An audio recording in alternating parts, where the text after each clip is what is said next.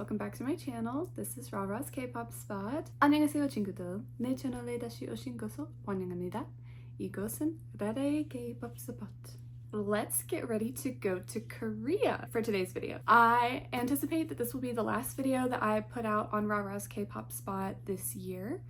And I just wanted to close out this year on my channel by talking about my planned upcoming trip to South Korea and kind of cover all of the travel prep that I have been doing leading up to this so far. I might have said this at the end of my 2024 wrap-up video on raraskpopspot, but my original hopes and dreams were that my sister and I were going to visit South Korea this fall. We had hoped to go in October of 2025. But then our grandfather died, which kind of threw a wrench in our plans.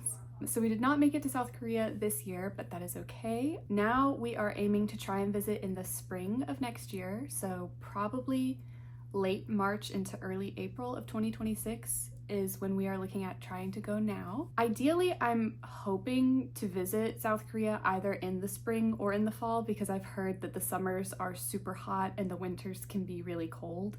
So I know that peak travel times tend to be spring and fall, but I think that those are also generally the best times to visit. I've heard that in the fall, the foliage is really beautiful, and fall is my favorite season, so that's why I was really hoping to visit in the fall for the first time. I also have terrible spring allergies normally, so I'm not sure how they will be impacted visiting Korea for the first time. The spring is equally as exciting because you have the cherry blossom season, which I think is really beautiful and something that I would be really excited to see as well.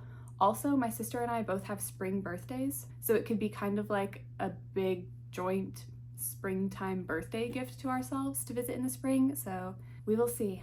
We're keeping our fingers crossed now for spring of 2026, but if that is not able to happen, then I guess we will bump it to the fall, just because I am someone who hates being hot. I hate being sweaty. I think that I would probably have a pretty miserable time if we were to visit in the summer. So I think we're definitely going to stick to a fall-spring visitation schedule.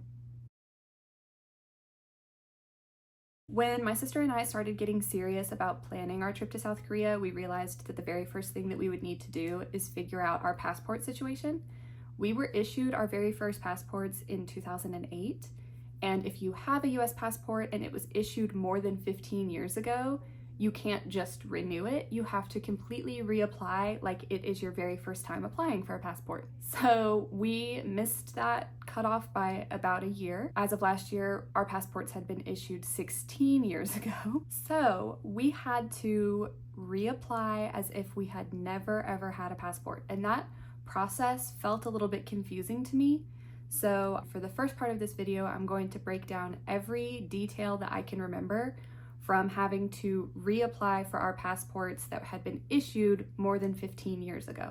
In general, it was a super detailed process. We found all of the information that we needed to renew by visiting the travel.state.gov website. The first thing that you want to click on is apply for your adult passport.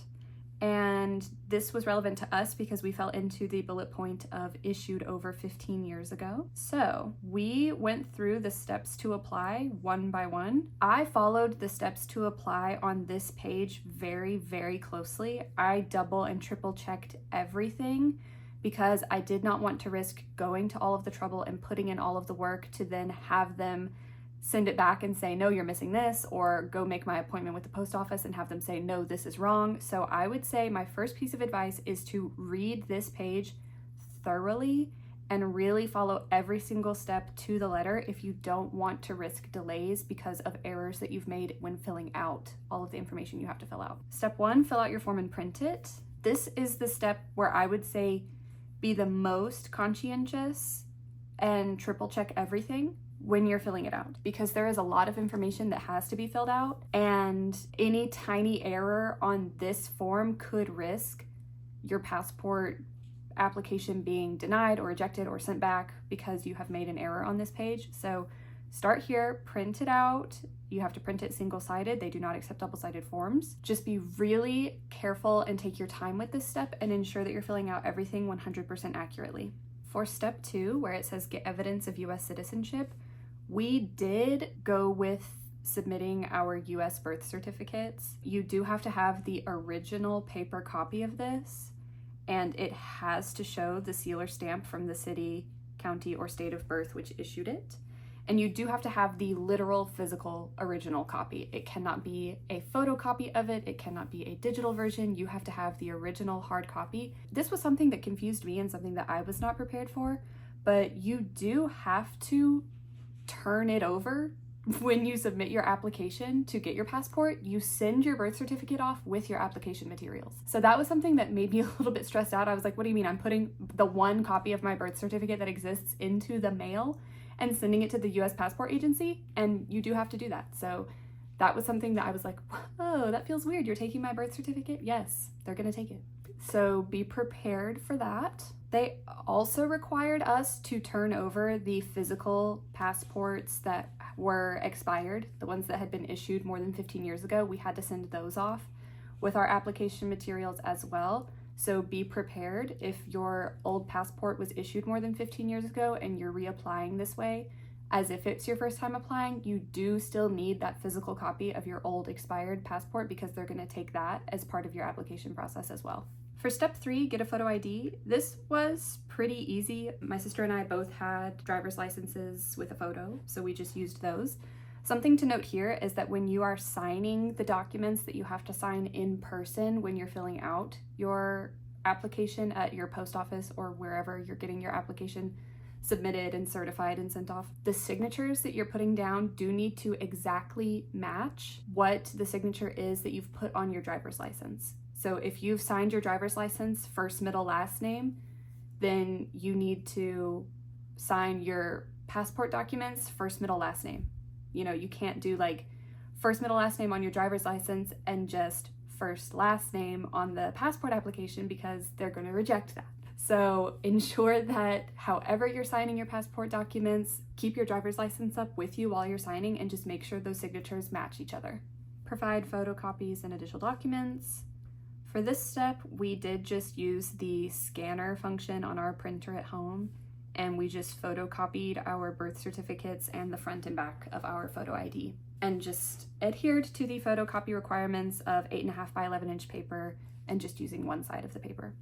I will say they asked to see those at the post office, but these photocopy materials, they did not actually send out with our passport application. So have them on hand because it's listed on the website, but there is a chance that they may not actually wind up needing those photocopies. We wound up taking ours back home with us. Step 5, get a photo. We went to CVS and just had them take our passport photos because I did not want to risk us trying to take our photos ourselves and then getting rejected and having to go back home and have to figure something else out for the photos. I wanted them to be done right the first time. So we went to our local CVS and had it done. It took like 5 minutes and it cost $17. This was a year ago. I'm not sure if the price is different now, but it cost us each $17 to have our passport photos taken, and they just print it out for you right there. So you take your picture and you get it right away, and they did include 2 copies. So one copy gets attached to your passport application and sent off, but then we got to keep the second copy for ourselves. So I thought that was nice. Now for step 6, pay your fees. We just ordered a passport book. So we did not get a passport card and we did not do the passport book and card. We just wanted the standard passport book that you can use for all international travel. The application fee was $130 and the facility acceptance fee was $35. Those numbers are what I paid when it was time for us to renew our stuff. The $35 facility acceptance fee is what I paid to my post office to have them process the application. And then the passport application fee is what you send to the US Department of State to actually pay for the passport photo book itself. So when it came time to pay, my post office accepted that facility acceptance fee of $35 via debit card. However, the passport application fee of $130, I did have to actually write a check and make it out to the US Department of State and send that off with my application materials. So just be aware, I feel like checks are not something that people use super often anymore. I actually literally just used some of the checks that they give you for free when you open your checking account because that's how little I use checks. I've never even had to order a book of checks. But just keep that in mind that the actual application fee, you do have to write a physical check and send it off with your application materials. and then find a location to submit your application. You do have to visit a specific authorized passport acceptance facility. This includes things like post offices, libraries, local government offices, such as a courthouse, things like that. You can look up your closest local passport acceptance facility by simply Googling, libraries near me or post office near me. We just went to our local post office. I will say double check online before you go and see if the passport acceptance facility that you're visiting requires you to make an appointment to submit your passport application, because our local post office did. We had to go online and actually reserve a time that we were coming in to fill out our application materials in person, and for them to verify all of our stuff and for us to give our oath and actually sign the application before sending it off. So just double check that and before you just show up to a post office or a library and expect them to be ready to take you. Just do a Google search beforehand and see if you need to reserve time to do that, just so that you, once again, don't take time out of your day to go get all of your stuff done just to have them turn you away because you didn't reserve a time.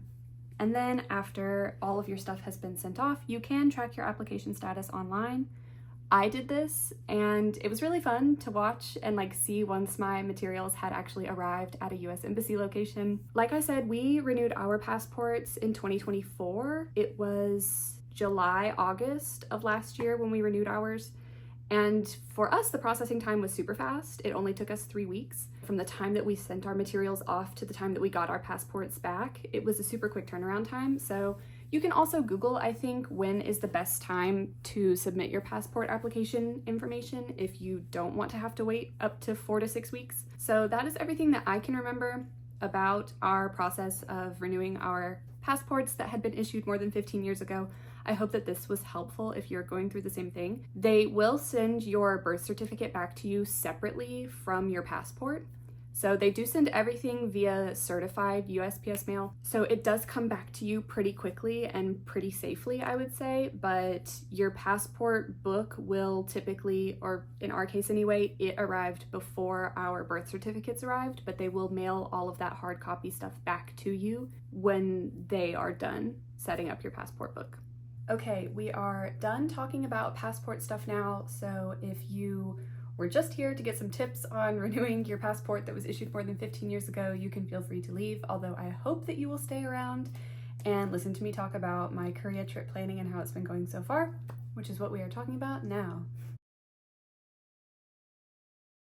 Just keeping it very real with you guys, I grew up in a family without a lot of money, and travel was always seen as a luxury, and it was a luxury that was not often afforded to us. So this will be my very first big international trip. I've been to Canada before, but I'm not sure that that really counts. That is what the passport from 2008 was for, was so that we could visit Niagara Falls. And honestly, that's probably the biggest trip that I've ever been on, when I was 10, visiting Niagara Falls. So I am a little bit out of my depth here. I am not a well-traveled person by any means. This will be the biggest endeavor as far as travel goes that I have experienced in my life. I have really started from zero on this and have really just been relying on Google and travel content creators and some of my friends who have visited South Korea before who have been able to share tips with me. If you are here because you are hoping that I will have some kind of really fantastic tips or tricks, probably not the best place, because I am learning right along with the rest of y'all. If I do come across any great tips and tricks, I will be sure to pass them along and give credit where it is due, but I am really just kind of winging it and learning as I go. My sister and I have been saving for this trip since December of 2023.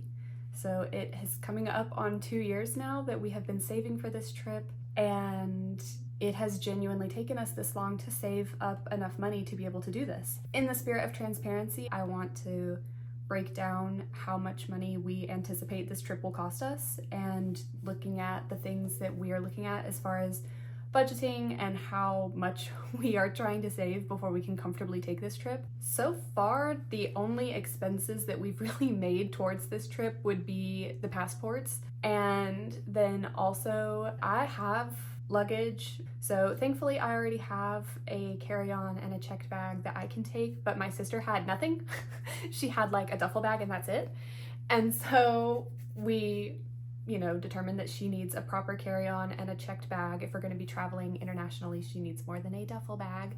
So she found luggage that she really liked at Target. We bought the carry-on first last year, and it was originally $100 from Target. So we bought that first, and we were like, okay, well, we're gonna have to wait to buy the matching checked luggage because it was even more expensive. The checked luggage that she was looking at was $140. However, very shortly after we bought the carry-on, Target had this huge sale on luggage where everything was 50% off. And I remember being so mad that we paid full price for the carry-on because then we got the checked bag for literally only $70. So we paid less for the checked bag than we did for the carry-on.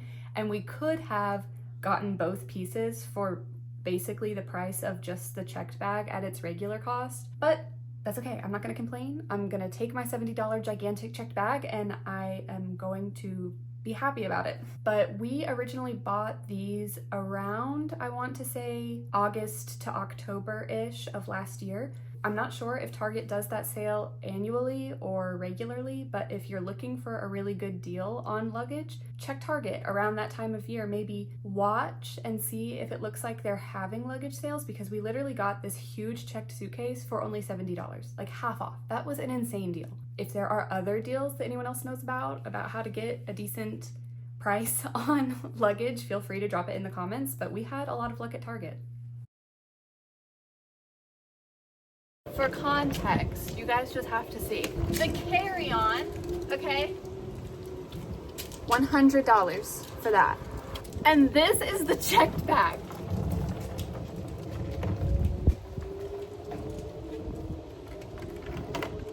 I feel very confident that I could climb inside of this checked bag.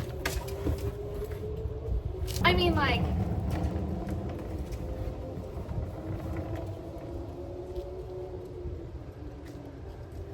did that work? Did I fit behind it? $170 total. And it would have been $150. No. And it would have been $120 if I had gotten the carry-on sale. But that's okay. Everything works out how it's supposed to. So if you are keeping track, then you will realize that by this point in time, we have already spent about $500 towards our Korea trip, just on passports and luggage. And that is spread over time, obviously. It's not like we just dropped $500 at once on all of that, but just keeping track of everything so far, we're currently sitting at about $500 in expenses. As far as other expenses go that we are being conscientious and saving for, the two biggest ones obviously are the flights and the lodging for our stay there. The flights are really the biggest expense. We are currently budgeting that it will probably cost around $5,000 total round trip for 2 tickets, one for myself and one for my sister. We are planning to stay for 2 weeks when we visit, and we are planning to fly nonstop from Atlanta to Seoul. Because we are looking at a nonstop flight rather than having a connection, we are looking at Delta and Korean Air as far as like the 2 main options that we're considering for flights. When looking at Delta specifically, just because that's what I'm more familiar with, and since we are looking at nonstop flights, we are considering the upgrade to Delta Comfort Plus, I think is what it's called.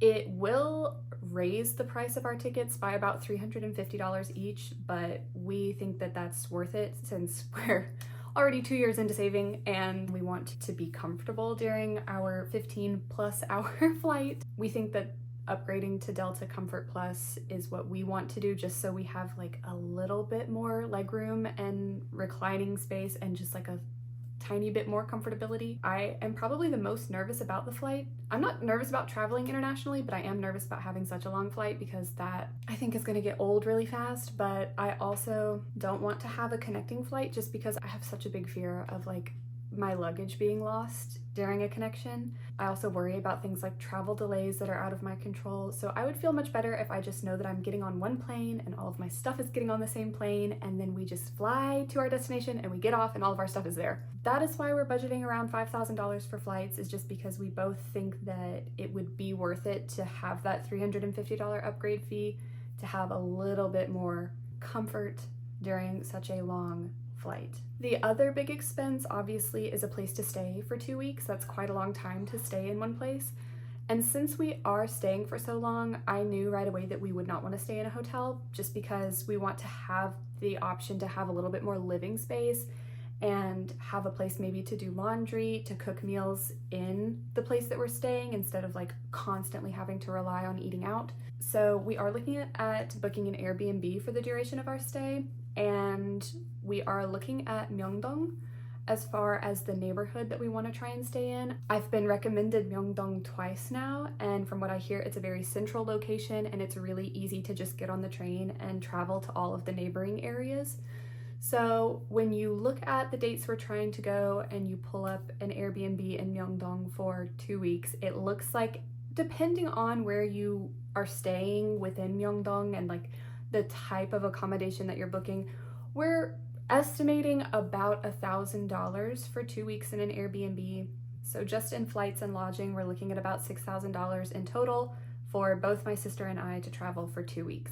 And that feels insane for me to say out loud because, like I said, we did not grow up with a lot of expendable money to just go spend that much on a vacation. It's so hard for me to still wrap my brain around. Maybe you're like me and you're like, whoa, that's a lot of money. Or maybe you're like, $6,000, please, whatever. But those are the two biggest expenses. And then obviously we've already spent about $500. So just looking at that, you're looking at $6,500. And that does not include other expenses that are on my mind, like getting a T-Money card once we get there, filling out the travel visa applications, getting eSIMs for our phones, and about a million other little travel-related expenses, like paying for your checked bag, buying travel-sized toiletries if you need them, buying things that will make your travel more comfortable, like neck pillows and foot hammocks and things like that that I've seen online. And of course, you need money to spend while you're there on food and activities and souvenirs and just ensuring that you are not worried about running out of money while you are on your vacation. So in total, I am guessing that this vacation will probably cost us somewhere in the range of like $8,000 for 2 people to travel to South Korea and stay for 2 weeks, or around $4,000 per person. So that is crazy to me to really put that into words and verbalize it, but that's why we've been saving for so long. We've been saving for 2 years and we still are not at our goal yet. And that's why, maybe this trip will be able to happen in the spring, or maybe we wind up having to push it again to the fall. I thought that we would be able to visit this year, and that didn't happen. Not only because our grandfather died, but because it truly is just very expensive to travel. I do not take this trip lightly. This will be a super, super big deal for myself and my sister when we finally do get to go. It feels kind of weird, video, diary, recording, all of this, but I think it will be nice for me to have to look back on because I'll be able to do a side-by-side comparison. Like, I thought I was going to wind up spending this much on my trip and I actually wound up spending this much.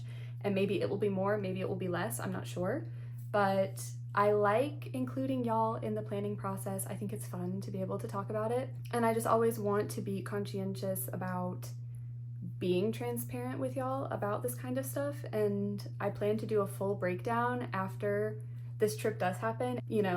Right now this is all just guesstimating, but in the future I am really excited to sit down and be like, if you're planning a trip to South Korea for 2 weeks, realistically, this is how much it's going to cost you. This is exactly how much it cost me for everything that I did. And I'll put exact prices for everything. Now, thankfully, I do have 3 friends who have visited South Korea and have shared super helpful tips with me as far as suggestions and things to expect and anticipate when traveling. And I want to share the wealth of information that I have. So these are the current tips that I'm operating off of from my 3 friends who have visited South Korea. 2 of them visited just for vacation, like what I'm planning to do, and 1 of them actually lives in South Korea full time. She teaches English there. So she has some, I think, even better recommendations as someone who has been living there for about a year now. And I found these incredibly helpful just for my own planning purposes, so that's why I want to share them in case they are also helpful to anyone else who may be planning a trip, but maybe does not know anyone who has been to South Korea before. My first friend, She recommends using the train for all of your transportation in Seoul, and she recommends getting one of the T-Money cards that you can load money onto once you get there because it just makes the travel that much easier. She did say to make sure to complete your Korean travel visa before you get there. This was something that I found super interesting because I wasn't prepared for it, but she said that hardly anything is open before 11 o'clock in the morning, but then everything is open super late until like 3 o'clock in the morning. So if you are an early riser, which I am, she was like, be prepared to be hungry until 11 a.m. when things start opening. But the flip side to that is that everything is open super late. She also recommended making sure you have cash with you when you're visiting the markets because most of the markets don't accept card.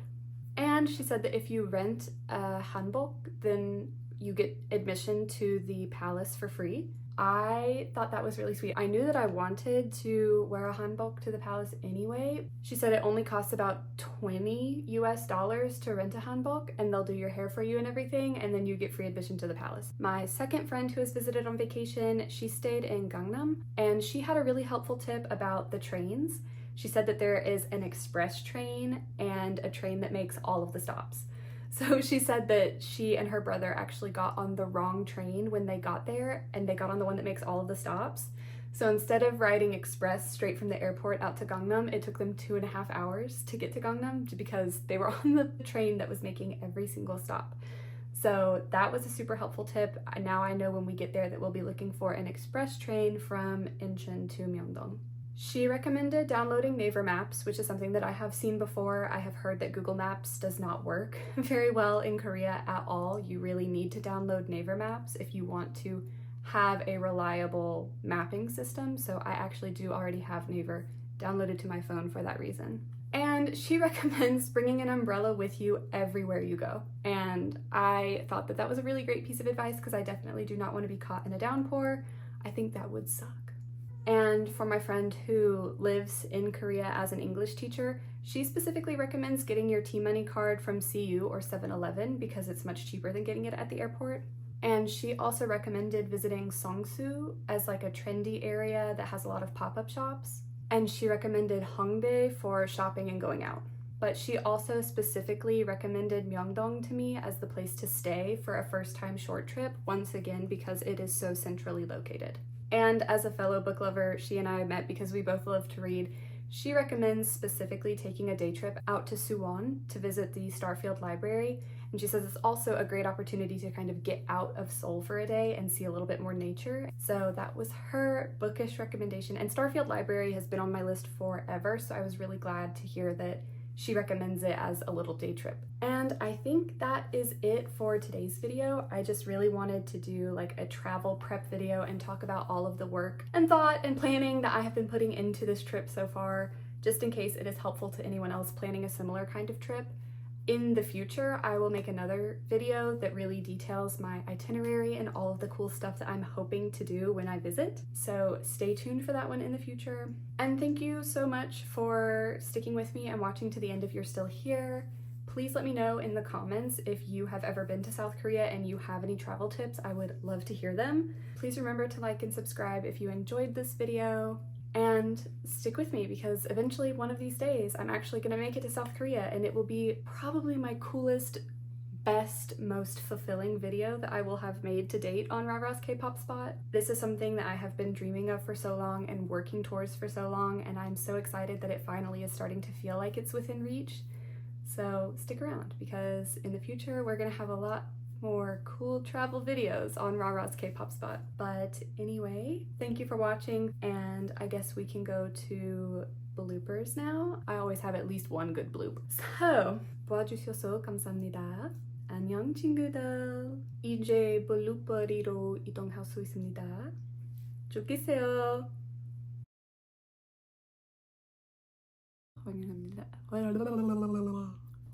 환영합니다. Sometimes I can say that fine, and other times I butcher it repeatedly.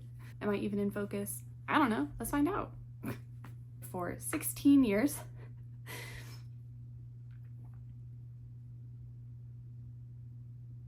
Right, what if I scrap this whole thing?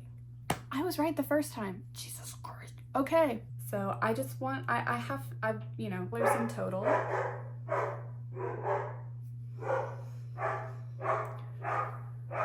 share the wealth, spread the knowledge. What am I trying to say?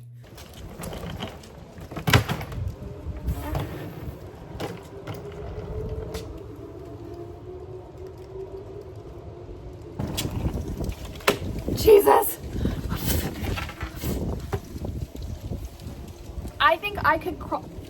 Hello? I could crawl. Jesus Christ. The wind is a paid actor, by the way.